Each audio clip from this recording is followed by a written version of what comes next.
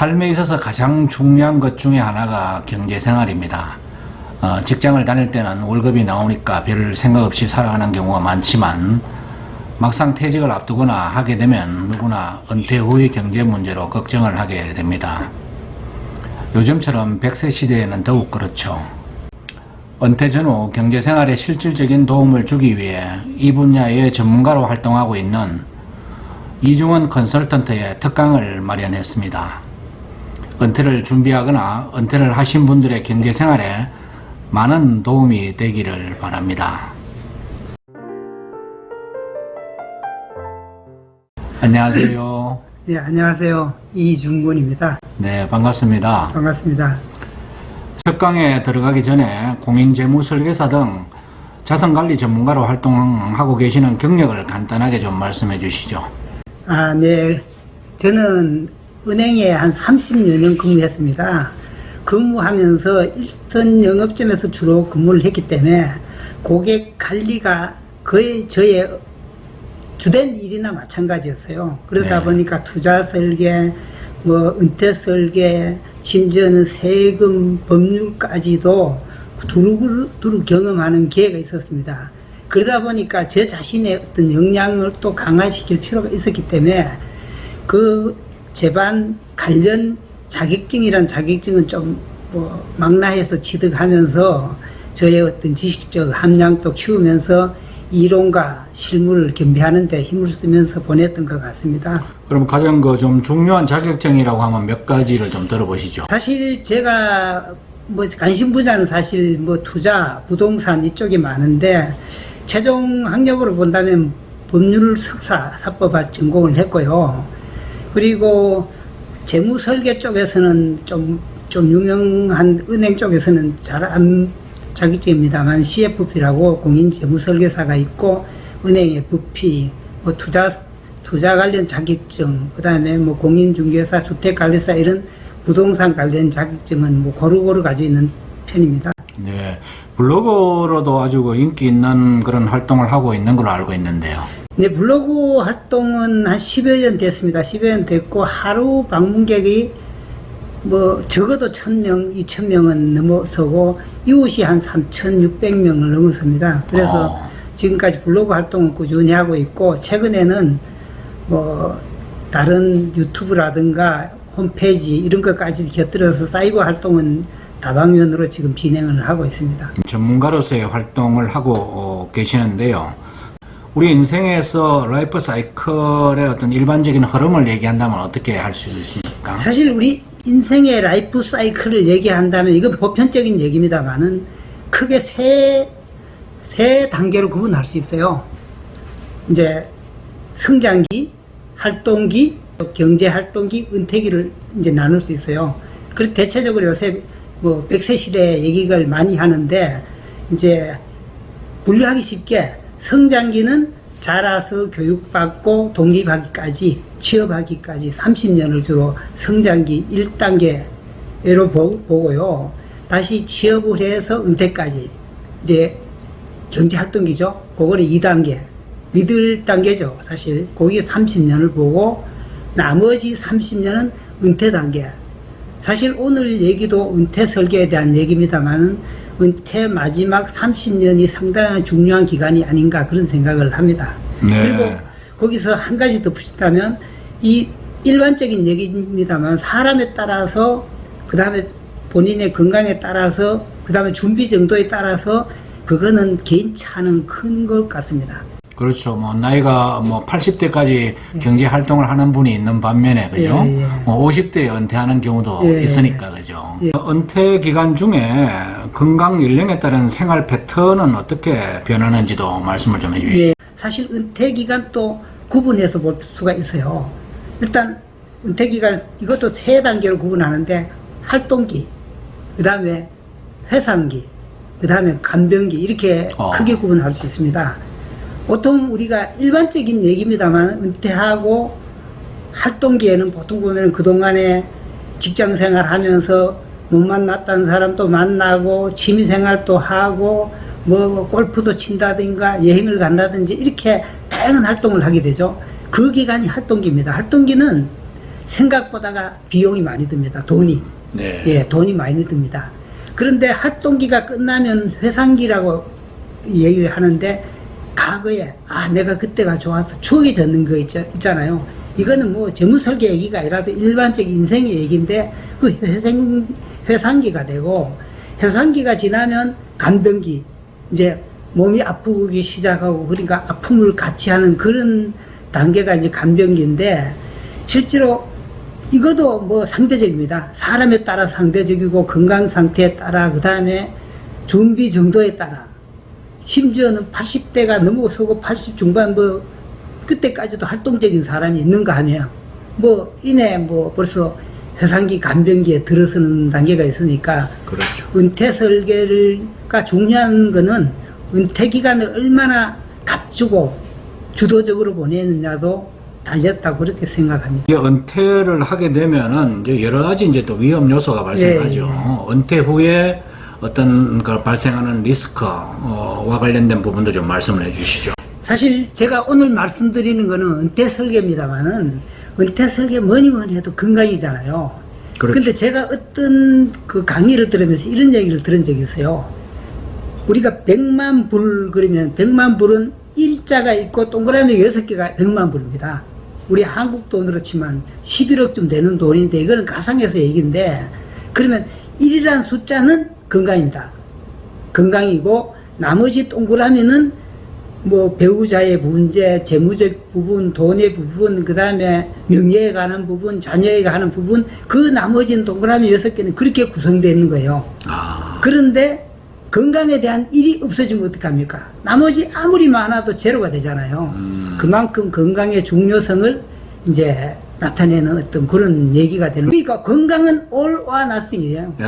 전부 아니면 점유가 없는 그런 상태가 되는 돈을 거죠. 아무리 많이 벌어서 은퇴 준비해놨다 하더라도 건강을 잃으면 그렇죠. 그렇죠. 그렇다면 재무적 은퇴 준비는 언제부터 해야 된다고 생각하십니까?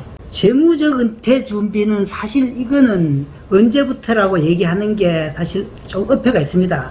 빠르면 빠를수록 좋은 건 맞아요. 그런데 현실에서 재무적 은퇴가 뭐 30대, 40대 재무적 은퇴 생각한다는 겨를도 없을 뿐더러 현실에서도 안 맞습니다. 그때는 뭐 내 집 마련도 바쁘고 이제 뭐 자녀 교육 문제라든가 이 여차반상이 많기 때문에 그때 은퇴 준비를 한다는 거는 사실상 어려운 거고, 제가 봤을 때 은퇴 준비는 최소한 은퇴 마지막 도래했을 때 10년 전부터는 준비를 해야 되는 거 아니냐. 그러면 보통 60세를 일단 은퇴로 보면은 예. 50세부터는 은퇴 준비를 해야 된다 그런 말씀입니다. 그때부터는 은퇴 준비를 해야 된다 봅니다. 그러면 어떤 준비를 해야 되느냐 그 부분인데, 뭐 일반적인 은퇴 준비 돈을 많이 벌어야지, 이건 일반적인 보편적인 얘기지만은 그것을 꼭 그 제가 금융인으로서 얘기를 드린다면 핵심적으로 챙겨야 될 부분은 연금에 관한 부분하고 보험에 관한 부분, 요거는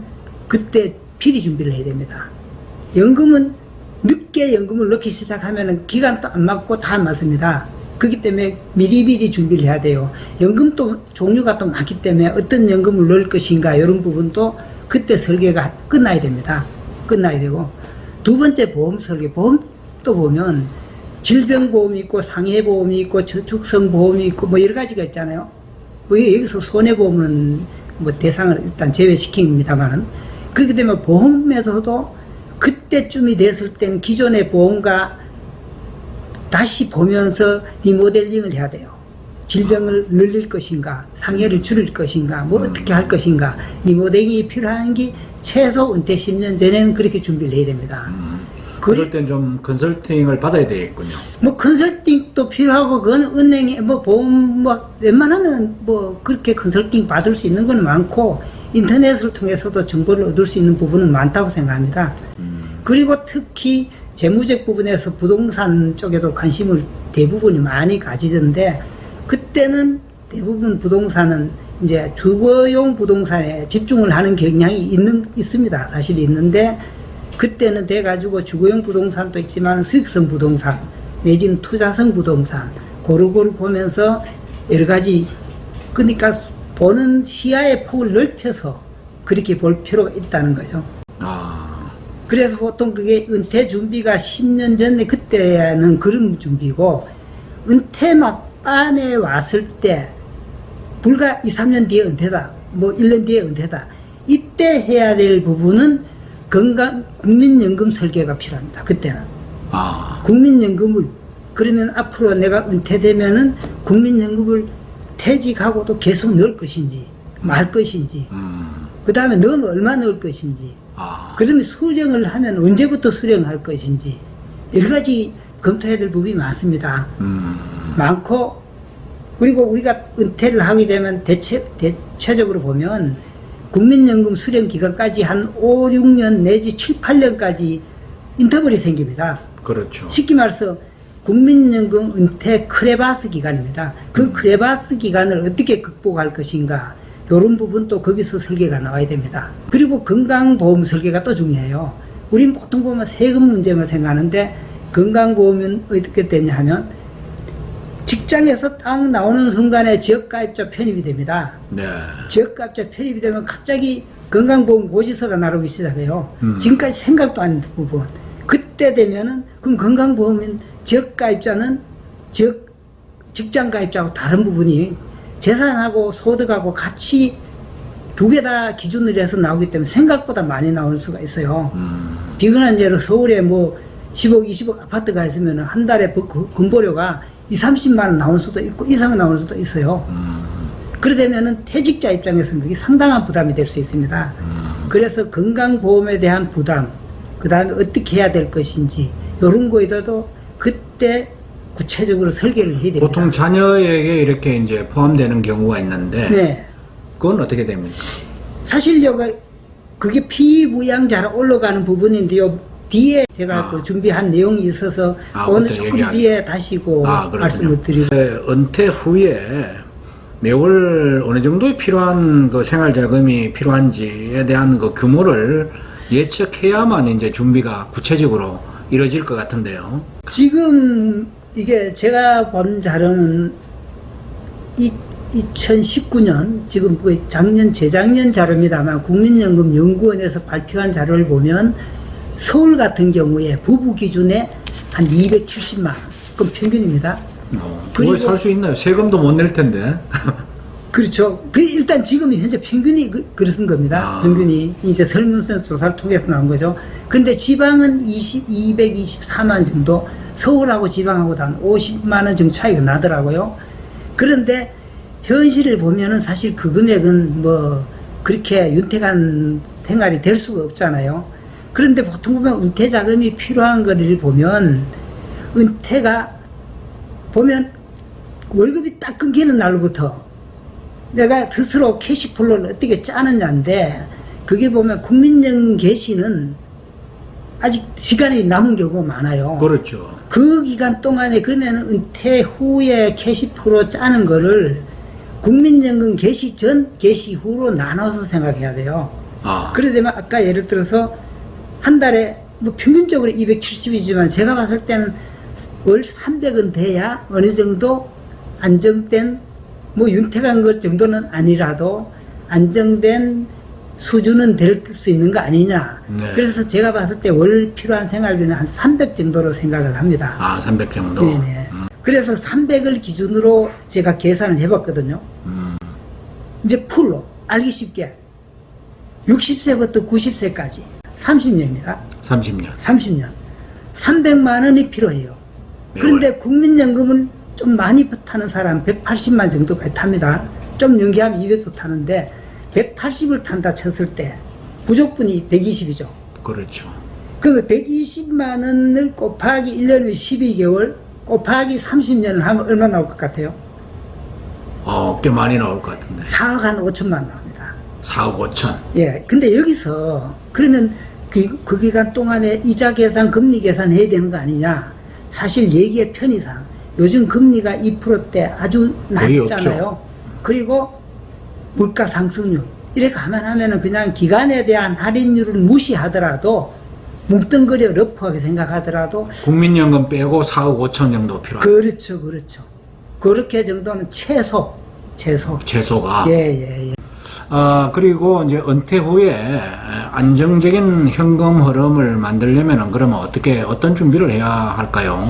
가장 중요한 거는 뭐니 해도 국민연금입니다. 국민연금. 물론 뭐 우리 일반인들 국민연금이고 공무원 군인연금, 교원연금, 사립화학연금, 뭐 별정우체국 그러니까 직역연금이라고 합니다. 그 직역연금. 그 다 통틀어서 이제 공적연금이죠. 공적연금이고 우리가 흔히 말하는 연금을 얘기할 때 3층 연금을 얘기하잖아요. 1층은 공적연금, 2층은 기업연금 내지 퇴직연금이죠. 3층은 개인이 넣는 개인연금 이렇게 얘기하는데 대체적으로 공적연금도 보면 충분한 수준이 되는 국민들이 지금 평균도 보면 80몇 만 원밖에 안 됩니다.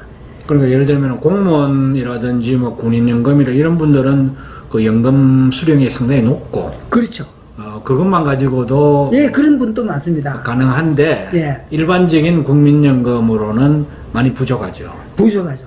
180만 원 타는 사람은 국민연금 중에서도 몇 명? 상위입니다. 상위. 예. 상위인데 그나마 괜찮은 직장에 최고 등급으로 넣었으면은 그 지금 국민연금 88년부터 개시되기 때문에 지금 한 30 한 몇 년 돼요. 그러면 그런 사람들은 180만 원 이상 탑니다. 타는데 국민연금도 보면은 좀 미리 타버리잖아요. 미리 타면 감액 기대가 줄어들어요. 그렇죠. 그러려면은 월 생활비 300만 원 목표로 잡았을 때 그러면 그 금액을 300만 원 목표로 하려면은 국민연금으로 타는 금액이 많으면 나머지 부족분을 채우기가 쉬워요. 그런데 국민연금이 적어질수록 나머지 부족분을 채우기가 힘들어집니다. 그래서 제가 여기서는 그건 심플하게 국민연금은 어느 정도 탔을 때 나머지 채우는 부분을 오늘 말씀을 드리겠습니다. 드리면 채우는 부분이 방법이 뭐가 있겠어요? 일단 이 직장에 취업하는 방법이 있잖아요. 다른 새로운 직장. 그러면 그 다음에 또 내가 넣는 개인연금 내지 퇴직연금 예, 그것도 또 있을 수 있고 뭐 수익성 부동산을 마련해 놨다가 조달하는 방법도 있을 수 있고 마지막 단계 대책이 한 가지가 있어요. 뭐라고 생각하십니까? 글쎄요. 주택연금입니다. 주택연금. 예. 사실 저는 주택연금은 은퇴 설계에서 캐시프로 설계에서 마지막 히든카드라 생각해요. 그러니까 다른 걸 맞춰서 생활비가 있다면 넉넉하다면 주택연금 카드는 아껴둬야 돼요. 아껴두고 다른 카드 쓰고 그러다가 성이 안 된다 부족하다 하면은 히든카드로서 주택연금을 하시라. 주택연금 9억까지 되고 보니까 뭐 60에 해가지고는 5억짜리 60부터 타니까 100여만 원밖에 못 하더라고요. 그래 타기 때문에 히든카드로 주택연금을 하긴 하되 그래서 이 보면은 그 은퇴 설계를 할 때는 제가 강조하고 싶은 거는 국민연금인데 제가 아쉬운 부분은 뭐냐면 이 은퇴 설계 그 상담을 하다 보면은 국민연금을 타기 전 크레바스 기간을 극복을 못해서 감액 수령하면서 적기 타는 분들이 너무 많다는 거예요. 그렇죠. 보통은 은퇴를 할 때까지 예. 뭐 넉넉하게 살아오지 못하기 때문에 예. 사실 뭐 재택하기 어렵잖아요. 예. 그렇게 한 상황에서 막상 퇴직을 하고 나면은 국민연금까지 나오려면은 그 맞습니다. 5, 6년 남았고 예. 뭐 특별히 수익 뭐 이런 투자해 놓은 것도 없고 당장 이제 어떻게 해야 되느냐 이제 이런 문제가 있는 거죠. 사실 제가 이 연령별로 비교를 딱 해보면 61년생부터 64년생까지가 국민연금을 63세부터 탑니다. 63세부터 타요. 그리고 65년생부터는 64세부터 타요. 64년생부터 68년생까지 69년생 65세부터 타. 그러면 지금 현재 정부에서도 그 퇴직 그 연수가 점점 이제 그 정년을 연장한다는 얘기가 있습니다만 현재 기준에서는 보면 제가 근무했던 은행 기준으로 본다면 명퇴가 55, 6세 명퇴가 됩니다. 그러면 국민연금까지 거의 9년, 10년이 걸리는 수가 있어요.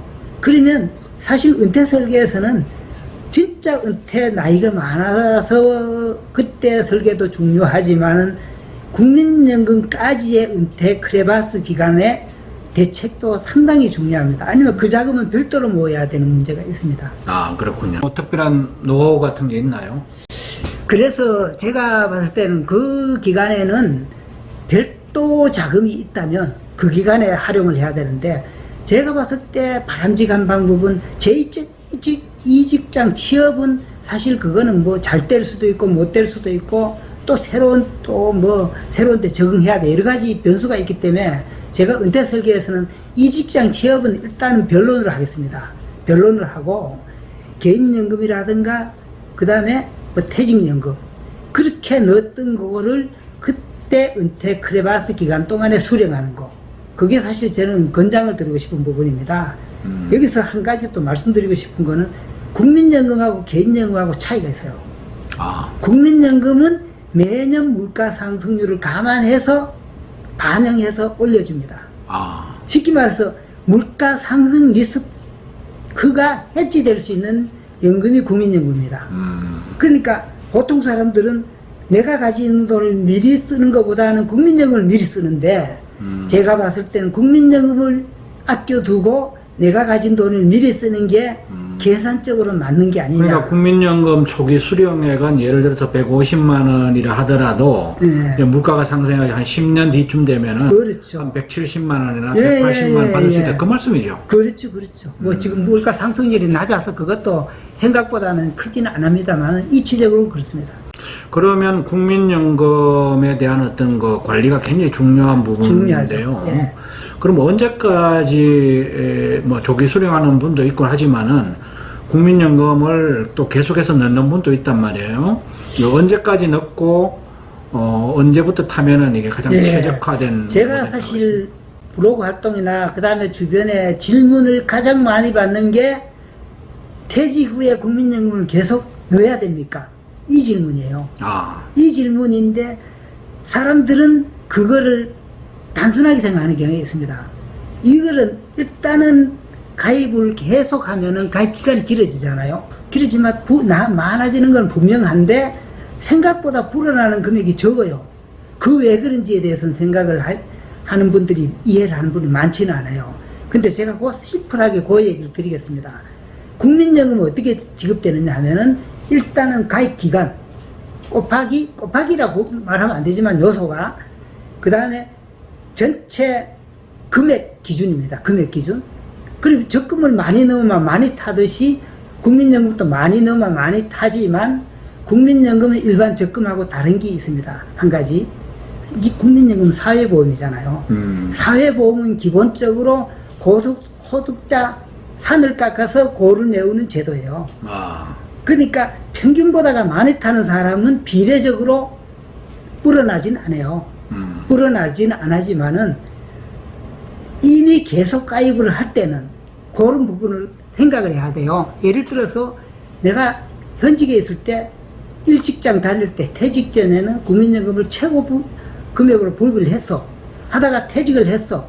퇴직을 하는데 퇴직하기 전에는 직장에서 반 넣어주고 내가 반 넣기 때문에 생각보다 부담이 안 커요. 보통 한 4, 5만 원 넣으면은 직장에서 넣는 것까지 하면 45, 6만 원 넣습니다. 한 달에.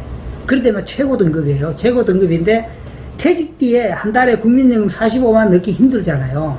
그러다면 대체적으로 보면 10만 원 정도, 평균 납입액 정도로 넣는 경우가 있어요. 근데 여기서 제가 그렇게 넣었을 때 유의해야 될 점을 짚고 넘어가겠습니다. 그러면 가입 기간이 1년 넘어가면은 20년 기준이 5%씩 늘어나요. 지금 36년 이렇게 본다면 1년에 늘어나는 게 한 3.5%, 4% 늘어나야 원칙입니다.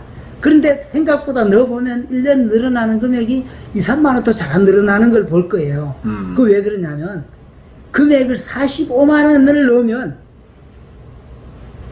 그러니까 기간에 비례한 금액만큼 늘어나는데 금액을 10만 원 딱 줄여보잖아요. 그렇죠. 그러다면은 국민연금관리공단에 들어가면 나의 국민연금 조회가 있습니다. 로그인해서 인증서에서 들어가면 조회가 되는데 거기서 딱 보면은 내 기준 금액이 있어요. 내 기준 금액이 이미 계속 가입하면서 적게 넣는 기간만큼 적게 넣으면서 그 금액을 까먹어 버려요. 까먹어 버리면 전체 기간에 마이너스 영향을 미칩니다.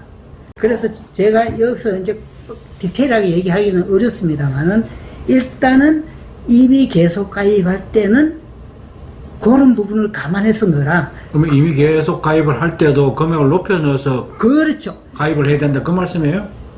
높여서 내면 최소한 또 45만원 맥시멈으로 내면 적금보다는 유리합니다. 적금보다는 분명히 유리한데 그래도 국민연금은 산을 깎아서 고를 메우는 사회보험이기 때문에 생각보다가 이제 부담이 크다는 거. 이제 그런 부분을 염두에 두고 미리 타는 경우와 관련해서 또 유의해야 할 점은 예, 국민연금에서 사실 제가 국민연금을 강조하는 이유가 있어요. 아까 은퇴설계 캐시 프로에서 국민연금이 핵심이라 했잖아요. 그렇기 때문에 국민연금을 자꾸 말씀드릴 수밖에 없는데 국민연금의 중요한 거는 감액을 미리 타면 감액이잖아요.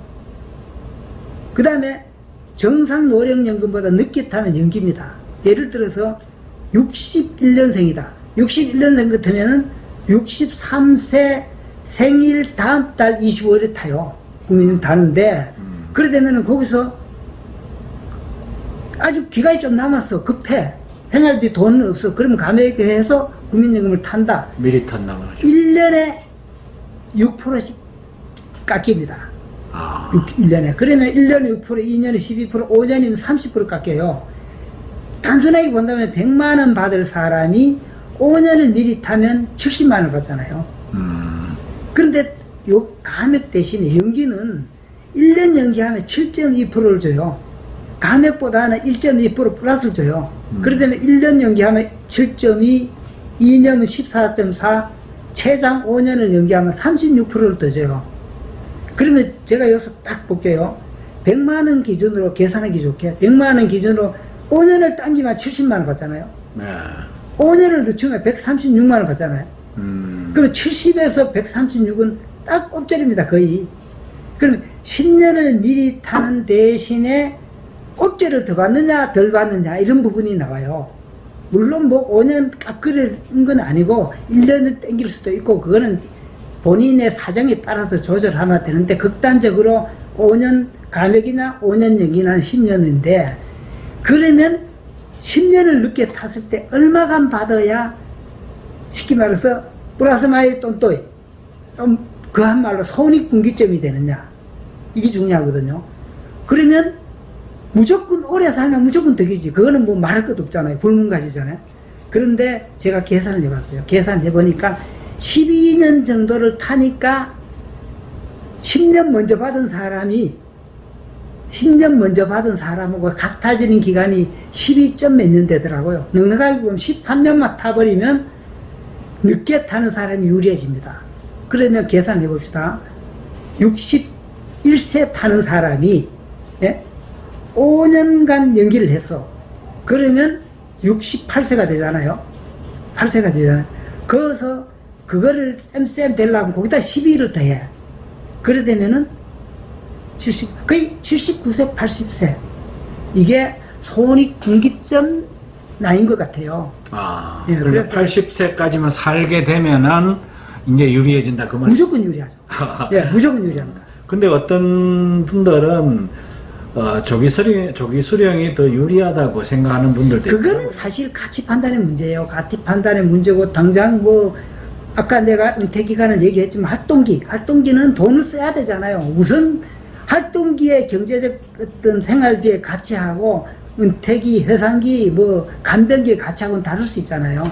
그러니까 그거는 사람마다 가치 판단의 문제이기 때문에 여기서 뭐 그렇죠. 어떤 게 낫다 못하다 얘기하기는 곤란한 것 같습니다. 부부가 같이 가입을 하면은 좋은 점이 있다고 들었는데 어떤 점이 좋고 또 유의할 점은 어떤 게 있나요? 사실 부부 국민연금 동시 가입은 상당히 옛날에는 국민연금도 세금이라는 생각한 적도 있었어요. 근데 요즘은 국민연금도 상당히 이제 인식이 바뀌어서 국민연금도 뭐 소득 활동이 없더라도 국민연금 가입하는 사람이 많습니다. 그거를 임의 가입자랍니다. 소득이 있으면 무조건 내야 돼요. 60세까지는 내야 되는데 이거는 의무 가입자예요. 의무 가입자인데 소득이 없으면서 나는 국민연금을 받고 싶다. 그러면 임의 가입자잖아요. 근데 부부가 낼 때는 어떻게 해야 되냐면은 최소한 10년 이상은 내야 돼요. 국민연금은 10년 이내 내버리면 연금 수령 자격이 없어요. 그러면 최소한 10년 이상은 넣도록 해야 되고, 두 번째 국민연금을 넣을 때는, 할 때는 금액을 평균 금액 이상 내야 돼요. 작년 기준에 보니까 9만원 정도 되는 것 같은데, 지금 한 월 10만원 정도는 평균 금액이에요. 그러니까 부부가 이렇게 되면은 10년 이상 넣어야 되고, 평균 한 10만원 정도 넣어야 된다. 요걸 아셔야 되고, 그리고 국민연금을 하게 되면은 부부가 넣어가지고 부부가 타면 좋죠. 둘 다 타니까. 지금 국민연금 통계를 보면 최고 수령자가 한 360만 정도 타요. 그렇게 많이 타요? 그런데 그런 사람은 대부분 부부연금 수령자들입니다. 근데 부부연금 수령에서 한 가지 알아야 될 부분이 있어요. 부부연금 수령자는 한 사람이 미리 사망이 발생됐을 때가 문제가 생깁니다. 그거를 분명히 아시고 넘어가야 돼요. 지금 우리나라 국민연금은 연금 수령권이 중복이 되면 두 가지 중에 선택을 하도록 돼 있어요. 제가 이 자리에서 단순한 예를 들어 볼게요. 부부가 있어서 남편은 국민연금 많이 탔어. 한 달에 150 정도 탔어. 예를 들어서 타다가 배우자는 뭐 10만 원씩 뭐 짧은 기간을 하다가 한 50만 원 탔어. 그렇다다가 남편이 죽었어. 그러면 부부 입장에서는, 부인 입장에서는 선택이 있습니다. 유족연금이 20년 이상 넣으면은 60%예요. 그러면 150만 원 60% 하면 90만 원이죠. 그럼 90만 원을 탈 것인가?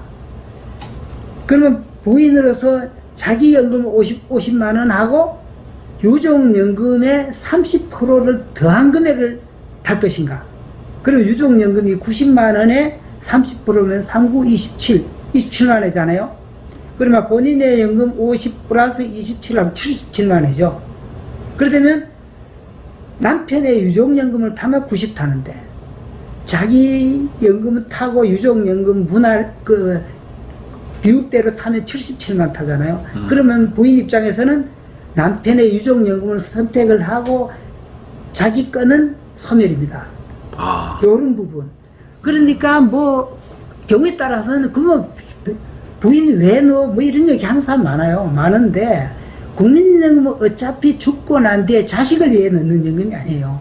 내가 살았을 때 그때 이제 타도 안정적인 캐시 프로를 만들기 위해서 하는 거기 때문에 저는 부부 동시 가입을 해서 두 사람이 오손도손 오래 사는 게 가장 중요하다 생각하는 거예요. 개인연금 그리고 퇴직연금을 또 각자 이제 이렇게 가입을, 개인연금 같은 경우 각자 개인적으로 가입하는 경우가 있는데, 그러면 이런 경우에는 언제 받는 것이 좋은가요? 사실 제가 아까 국민연금하고 그 다음에 연금의 3층 구조를 얘기했잖아요. 국민연금, 공적연금은 베이스를 깔리고 그 다음에 기업연금, 퇴직연금, 그 다음 2층, 3층에 개인연금을 했는데 2층, 3층 개인연금, 퇴직연금을 언제 어떻게 수령할 것인가 상당히 중요해요. 근데 보통 사람들은 연금이라면 연금의 종류가 얼마나 많은지 아십니까? 국민연금은 이건 공적연금이죠. 개인연금을 아시겠지만 옛날에 2001년 이전에는 72만 원까지 소득공제하는 개인연금이 있었어요. 그러면 2002년 1월 1일부터는 새로운 신개인연금이라고 나온 겁니다. 소득공제 해주면서 나중에 연금소득세를 내는 연금. 그리고 그 다음에 퇴직연금이 또 있잖아요. 그 연금 종류도 많습니다. 그리고 또 보험사에서 파는 거, 그거는 이름은 연금이지만은 10년 이상 장기 비과세 저축성 보험이에요. 그러니까 일반적으로 연금을 쓰는 용어는 연금이지만 속을 들여다보면 연금이 천차만별이라는 거. 그런데 이제 천차만별인데 돈이라는 입장에서 똑같은데 세금상의 적용이 다 다릅니다. 다 달라요. 그런데 예를 들어서 그럼 연금소득세를 내야 되는데 국민연금하고 개인연금 2002년 1월 1일 이후에 넣는 신개인연금은 합산의 연금소득세를 내는 연금이에요. 나머지 퇴직연금은 퇴직소득세 세금이 과세 이연돼서 이제 세 감면을 해주는 거에 불과해요. 그리고 생명보험 10년 이상 장기 비과세 저축성 거는 비과세입니다. 그러니까 제가 퇴직연금, 개인연금을 언제 수령할 것인가, 가급적이면 국민연금하고 합산 연금소득세를 내는 연금은 중복 안 되게 타버리면 연금소득세 줄이는 효과는 분명히 생깁니다. 생기는데, 사실 제가 오늘 이 제한된 시간에 그거를 다 얘기하려면 너무 많기 때문에, 개인연금, 퇴직연금은 아까 말씀드렸듯이 국민연금 수령 전에 은퇴 크레바스 기간에 활용하는 게 상당히 유효한 방법이 아닌가, 저는 그 정도로. 개인연금 이런 그 연금을 통해서 사전에 은퇴 설계를 했다 하더라도 만족스럽지가 못하지 않습니까? 그렇죠. 예. 그래서 어떤 새로운 그 일자리를 좀 찾거나 수익원을 만들어야 될 텐데, 은퇴 생활비를 만드는 어떤 노하우나 방법은 어떻게 해야 됩니까? 사실 은퇴 생활비, 쉽게 말해서 재무에서는 은퇴 캐시프로라는 얘기를 많이 써요. 재산이 아무리 많아도 우선 현금 흐름의 창출이 없으면은 그게 어려울 수 있어요. 그래서 은퇴 설계에서는 재산의 가다 부분보다는 캐시프로를 얘기를 많이 합니다. 많이 하는데, 그러면 은퇴 캐시프로를 얼마나 안정적으로, 아까 얘기했듯이 월 300만 원의 캐시프로를 어떻게 짤 것인가. 아까 뭐 쭉 얘기한 부분이 좀 중복되는 부분도 있습니다만, 가장 중요한 국민연금, 개인연금, 퇴직연금, 그 다음에 뭐 제2직장, 아니면 뭐 수익성 부동산, 이렇게 이제 하는 부분인데, 제가 아까 주택연금은 가장 마지막 히든 카드라 말씀을 드렸지만은, 제가 여기서 수익성 부동산에 대해서는 한 말씀 드리고 싶은 게, 대부분의 사람들은 수익성 부동산이면 너무 쉽게 생각하는 경향이 있어요.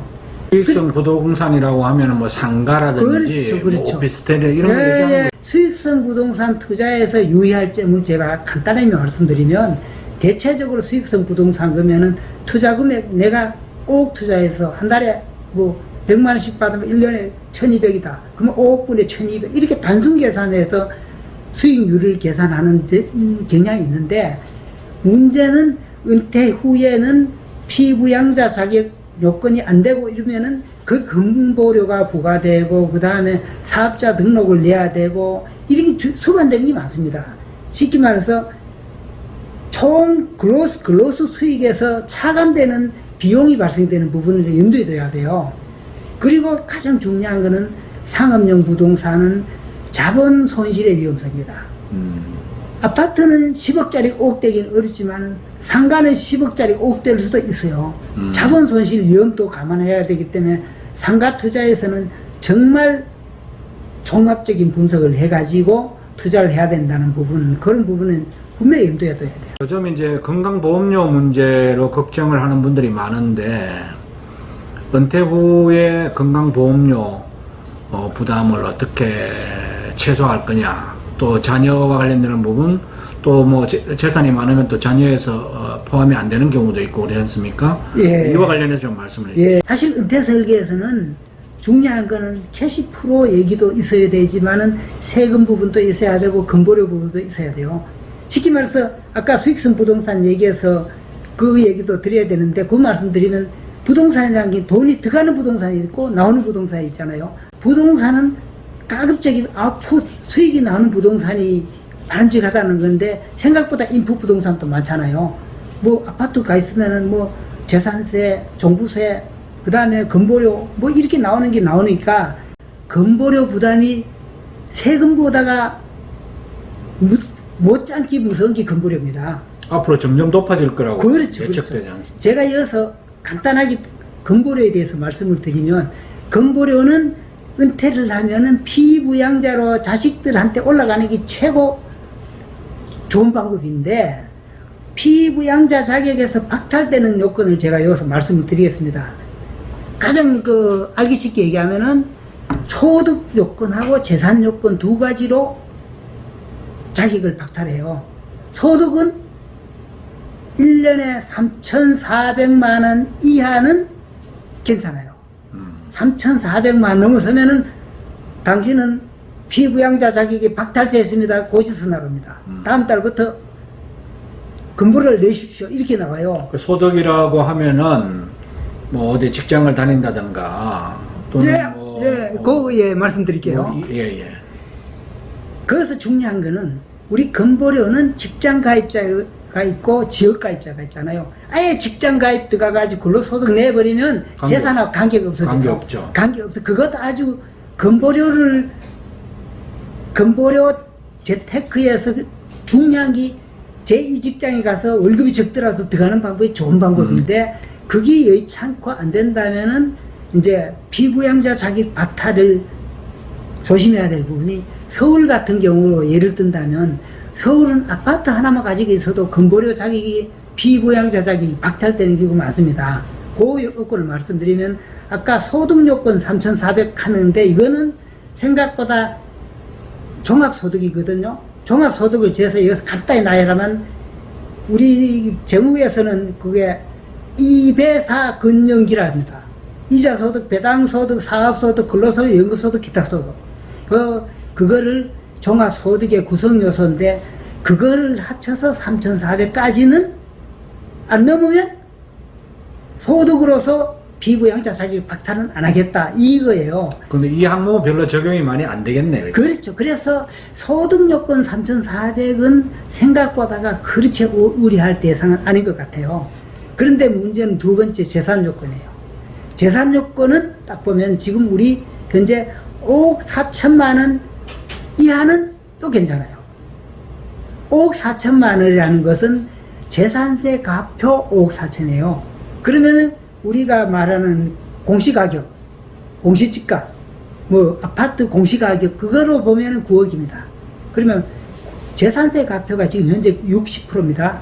그러면 9억 곱하기 60%는 6954, 5억 4천이죠. 아, 공시가격의 60%가 재산세 가격이에요. 그렇죠, 그렇죠. 그래서 공시가격 9억 기준의 60% 재산세 가표 밑으로는 비부양자 자격을 박탈이 안 되는데. 안 됩니다. 그런데 5억 4천만 원, 쉽게 말해 공시가격 9억을 넘어서는 순간에 그 문제가 생겨요. 근데 거기서도 두 가지가 있어요. 5억 4천만 원에서 9억까지 9억 재산세 가표 기준에 공시가격으로 치면은 9억에서 15억이 될 거예요. 근데 그 범위에서는 소득요건 1,000만 원이 별도로 있어요. 그러면 제가 예를 들어 볼게요. 제가 재산세 가표가 6억입니다. 그러면 재산 기준으로서는 피부양자 박탈 조건이 들어가. 소득이 1년에 1,000만 원 안 돼. 그러다면은 괜찮아요. 아. 그런데 거기서 또 알아야 되는 게, 그래, 저는 국민연금만 타는 게 있습니다. 아하. 국민연금을 월 100만 원 타면 1년에 1,200이죠. 아, 안 그거 안 돼요. 그러니까 아. 그것도 생각을 해야 돼요. 그렇구나. 그런데 이제 재산세가 표가 9억이 넘어서면, 공시가격으로 15억이 넘어서면은 소득하고 관계없이 안 됩니다. 그럼 지금 그 말씀하시는 그 내용이 언제부터 적용되는 거예요? 지금은 이미 적용되고 있는 부분이고, 예언도 2022년 7월 1일부터는 원래 로드맵에 2단계 개편이 예정돼 있어요. 2단계 개편에서는 그보다 지금부터 또 강화되어 있습니다. 그렇겠죠. 강화되는데 이건 아직 확정된 내용은 아니에요. 서울을 비롯한 주요 도시에 뭐 예를 들면 아파트를 갖고 있거나 어느 정도 재산 규모를 갖고 있는 사람은 거의 다 적용이 안 되겠네, 그죠? 그래서 건보료 설계가 정말 중요합니다. 그렇네요. 건보료 설계 정말 중요한데, 그리고 여기서 또 한 가지 더 알아야 될 거는 임대사업자, 임대소득세를 내서 사업자 등록을 내잖아요. 사업자 등록을 내면은 필요경비 공제 후 소득이 1원이라도 생기면 건보료 자격이 없어져요. 그러니까 그냥 그 상가 조그만하게 사가지고 뭐 임대소득이나 잡겠다 그런 순간에 안 되잖아요. 그렇죠. 그리고 또 올해부터는 원래 6월 1일부터는 그거잖아요. 전월세 신고제잖아요. 사실상 이제 주택에서도 사업자 등록을 하도록 하잖아요. 사실 좀 뭐 한 말로 빠져나갈 구멍이 없어요. 그만큼 이제 뭐 제도적으로 체계적으로 딱 뭐냐 하나 막 그렇게 빈틈없는 구조로 바뀌기 때문에 건보료에 대해서는 항상 진짜 챙겨봐야 될 건강보험료가 금액이 적은 게 아니기 때문에 정말 그 걱정이 되는 부분이군요. 예. 갖고 있는 보유자산의 포트폴리오를 어떻게 구성하는 게 사실 근데 가장 중요한 건 자산 운영에서 두 가지가 있습니다. 운영의 원칙이 있고 자산 배분의 원칙이 있어요. 운영의 원칙, 보편적인 얘기지만 안정성, 수익성, 유동성. 그죠? 유동성은 한가성. 그죠? 뭐 아파트 같으면 한가성은 높잖아요. 근데 단가 같은 거 한가성이 낮을 수 있고 토지 같으면 한가성이 낮을 수 있잖아요. 안정성, 수익성, 유동성을 항상 바라는 거. 그리고 자산 배분 원칙을 바라는 거. 지금처럼 보면 뭐 30대, 40대가 영끌로 아파트 산다는 얘기를 많이 하는데 사실 그 사람들 입장에서 보면은 내 자산마가 투자하는 게 아니고 대출을 내서 레버리지로 투자를 하잖아요. 사실 자산 배분 원칙에 의해서 보면 아주 리스크가 높은 배분 방법이에요. 그러니까 최소한도 은퇴를 앞둔 사람이라면 이런 자산 배분 원칙, 너무나 평범한 영역 같지만 그거를 한 번씩 봐야 돼요. 그리고 제가 이걸 보면서 느꼈는 건데 보통 보면은 이게 하이 리스크 하이 리턴이라는 얘기가 있잖아요. 위험이 높으면 수익이 많다. 뭐 위험 큰 장사에 옛날 말로 이문 높다. 뭐 이런 얘기가 있지만은 사실 그거는 항상 보면 하나를 얻으면 하나를 잃는 관계예요. 트레이드 오프 관계예요. 이율대응 관계예요. 그러니까 그 부분을 항상 명심을 하고 특히 은퇴 설계에서는 그런 부분을 명심하고 자산 배분을 해야 되고 지나친 쏠림, 특히 우리나라 같으면 부동산, 주거용 부동산 내지는 막 부동산 쏠림이 심한 편입니다. 세계적으로도 그런 예가 잘 없을 정도로 심하니까 앞으로 시대, 고령화 시대, 저성장 시대 이렇게 본다면은 그런 그 지나친 어떤 쏠림의 자산 배분은 좀 지양해야 될 게 아니냐. 그리고 또 현금이 자꾸 들어가는 부동산. 쉽게 말해서 내 주변에 이런 집도 봤어요. 2주택, 3주택이 되는 내가 뭐뭐한 사람인데 1년에 종부세하고 몇 천만 원 내는 집이 있더라고요. 물론 뭐 양도세 때문에 팔지를 못해서 그런 부분도 있습니다만은 앞으로는 조금 전에 얘기했듯이 건보료 부담 관계, 세금 부담 관계 이런 부담을 종합적으로 판단을 안 하면은 뭐 굉장히 부담이 커지겠네요. 빚 좋은 개살 구울 수가 있다는 거를 말씀을 드리겠습니다. 아, 그렇군요. 은퇴 재무 설계 어떻게 해야 노후 생활을 안정되고 행복하게 할 수 있을까 이런 이제 내용을 가지고 말씀을 해주셨는데요. 마무리 말씀 좀 해주세요. 제가 사실 오늘 이렇게 했는 게 워낙 좀 뭐 범위가 넓은 얘기를 드리다 보니까 어느 핵심적인 얘기는 뭐 자세히 못 드린 감은 있는 것 같아요.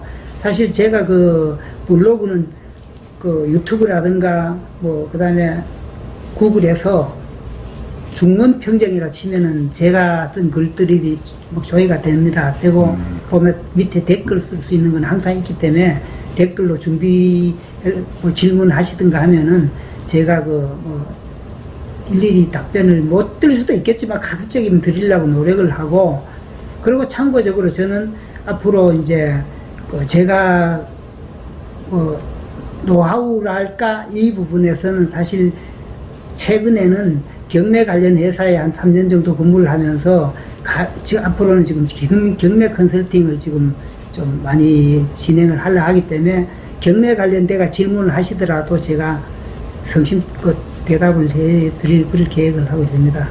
오늘 노후 생활이 안정되고 행복한 그런 삶이 될 수 있도록 오늘 특강이 아마 유익했을 것 같습니다. 수고하셨습니다. 네, 감사합니다. 예.